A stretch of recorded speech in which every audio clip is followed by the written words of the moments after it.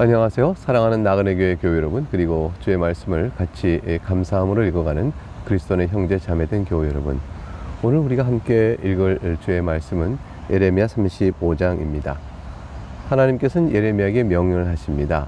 레갑 족속의 사람들을 청하여 성전에 있는 방으로 이끌고 가서 거기서 포도주를 마시도록 권하라 라는 명령을 주셨습니다. 그 명령은 어인 명령이고 무슨 뜻이 있는지 오늘 내용을 살피면서 교훈을 받도록 하겠습니다.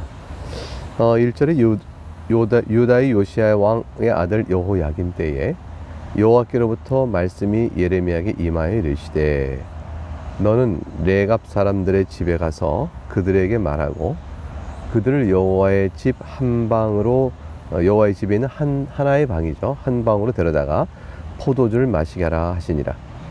레갑 족속은 유목 방랑민이었습니다. 이들은 이제 포도주를 마시지 않는 금욕주의적 생활을 좀 했다고 볼 수 있어요.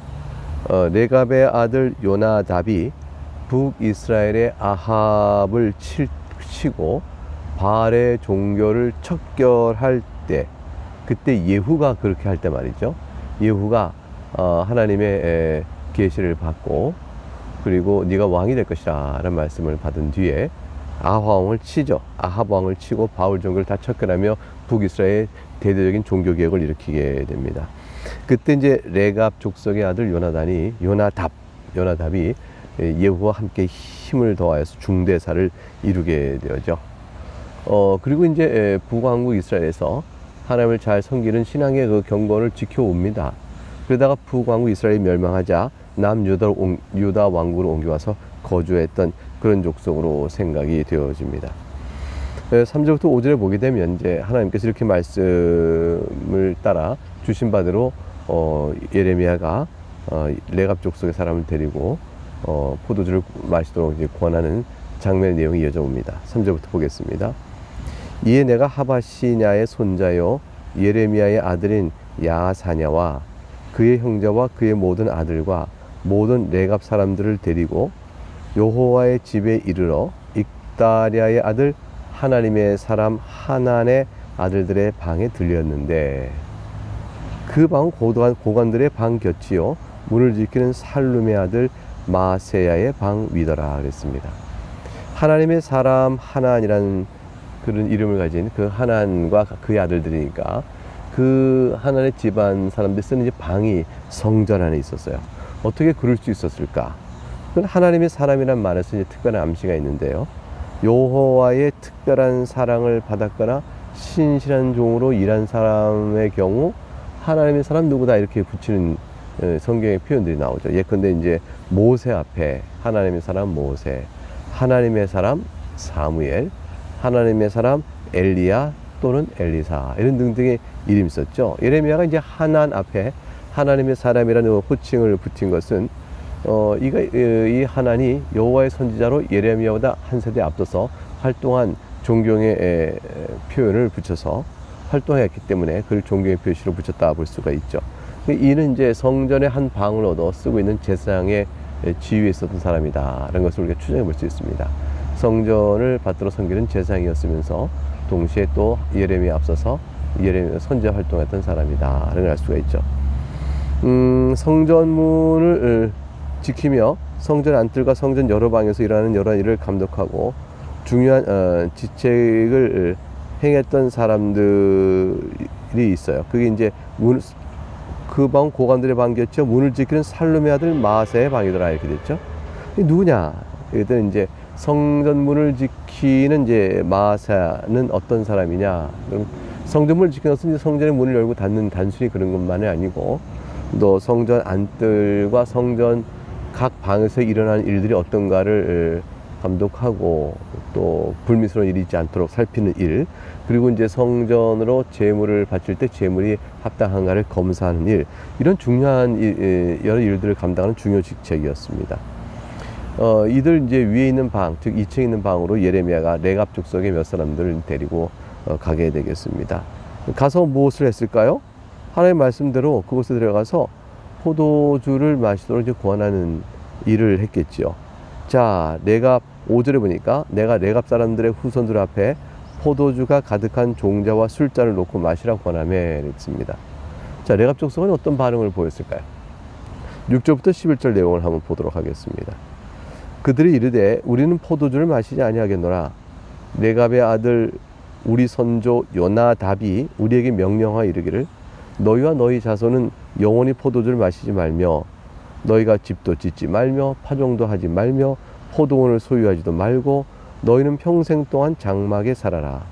그리하면 너희가 머물러 사는 땅에서 너희 생명이 길리라 하였으므로 우리가 레갑의 아들 우리 선조 요나답이 우리에게 명령한 모든 말을 순종하여 우리와 우리 아내와 자녀가 평생 동안 포도주를 마시지 아니하며 살 집도 짓지 아니하며 포도원이나 밭이나 종자도 가지지 아니하고 장막에 살면서 우리 선조 요나답이 우리에게 명령한 대로 다 지켜 행하였노라.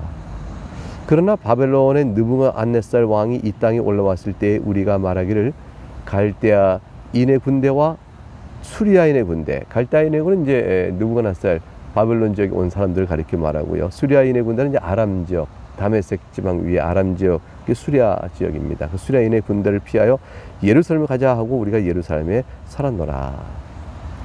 포도주를 마시라는 여호와의 명령을 결국은 이제 레갑 사람들이 거절하는 것이죠. 그러니까 우리는 포도를 마시지 않겠소. 하나님의 명령에 불순종한 거 아닐까요? 예레미야가 말했는데 왜 안 먹을까? 근데 이제 이유가 뭔가 했더니 자기들 조상 요나답이 먹지 말라라고 했다는 것이죠. 그러면 선조 요나답의 말을 더 높이 여기고 예레미야를 통한 여호와의 말씀에 불순종한 것인가?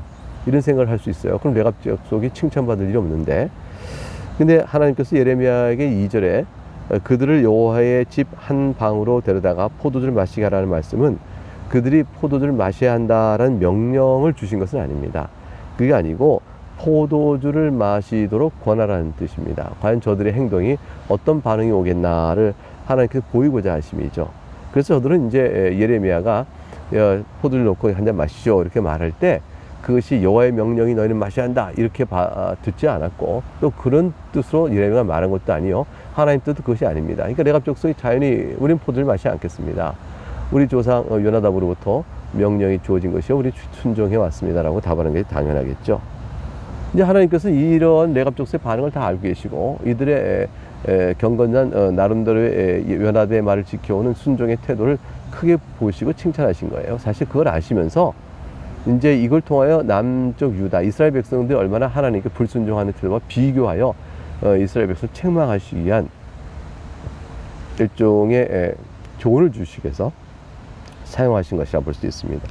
내용이 이제 12절부터 17절에 보게 되면 레갑 족속과 유다를 비교하여 이제 말씀하시는 내용이 나옵니다. 12절. 그때 여호와의 말씀이 예레미야에게 임하여 이르시되 만군의 여호와 이스라엘의 하나님께서 이와 같이 말씀하시니라. 너는 가서 유다 사람들과 예루살렘 주민에게 이르기를 너희가 내 말을 들으며 교훈을 받지 아니하겠느냐 여호와의 말씀이니라.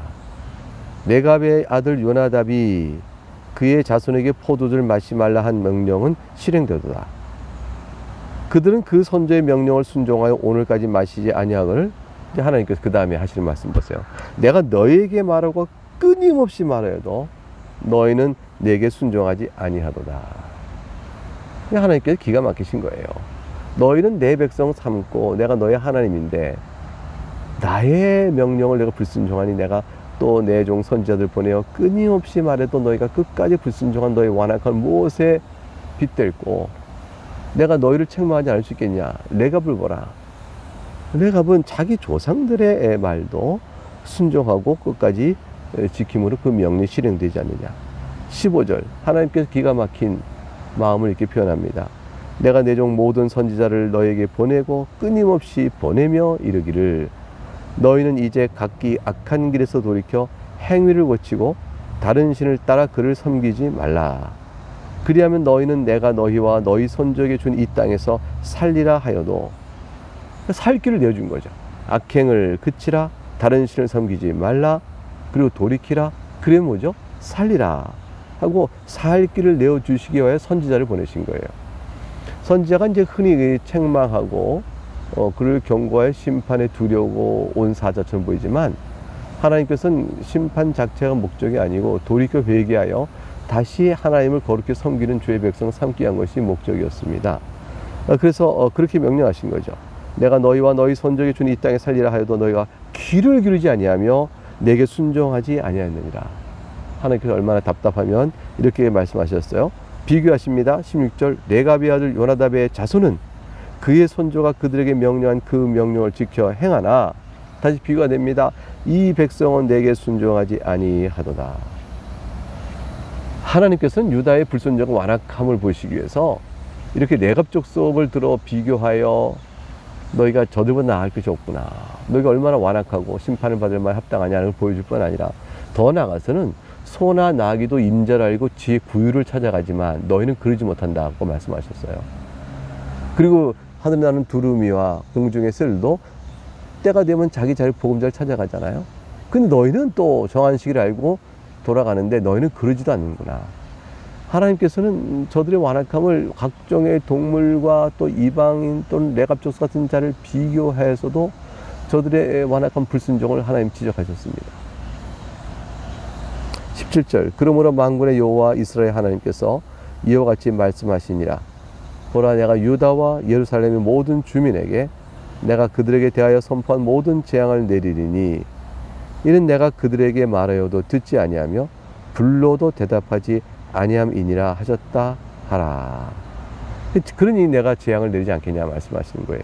17절 그러므로 보라, 내가 유다와 예루살렘의 모든 주민에게 재앙을 내리지 않겠느냐.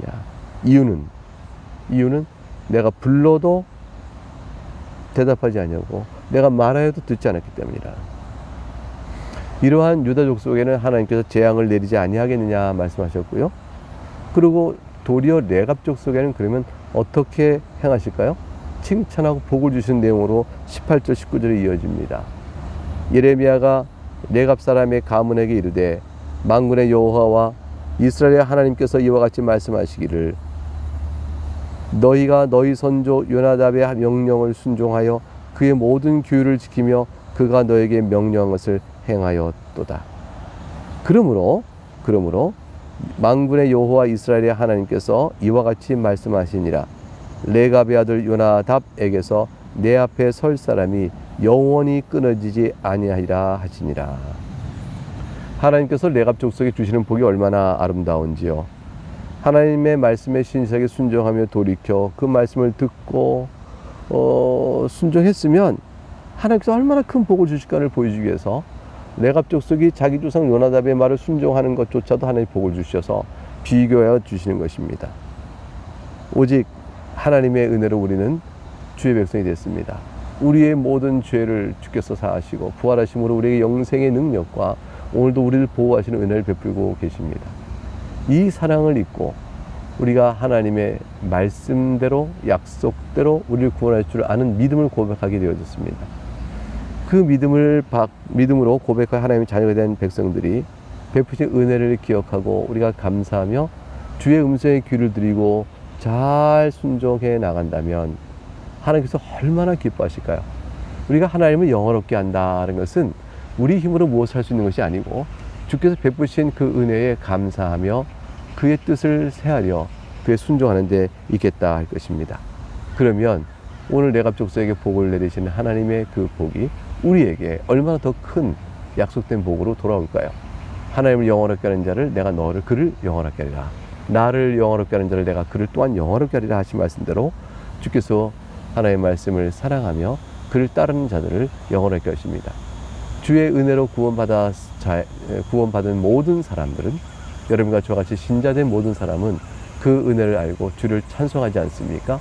매주일마다 나와 예배합니다. 코로나 때라도 온라인이라도 예배에 힘씁니다. 만일 내가 예배에 참석할 수 있는 기회가 된다면 나와서 예배합니다. 이렇게 예배에 힘쓰는 모든 모습 속에서 우리가 하나님을 진심으로 영화롭게 하고 감사하며 생활 속에 주를 의지하며 구하며 기도하며 간구하며 찬송하며 살아가며 주의 말씀을 기억하고 살아가는 모든 삶과 마음과 행동의 실천 속에서 하나님이 주인 되심을 고백하면 하나님께서는 영광을 받으시고 여러분 모든 삶 속에 삶을 영화롭게 하는 은혜를 베푸실 것입니다. 이 모든 복을 모두가 복되게 넘치게 누릴 수 있기를 주의 이름으로 축복합니다. 내일 다시 말씀을 이어 살펴보도록 하겠습니다. 감사합니다.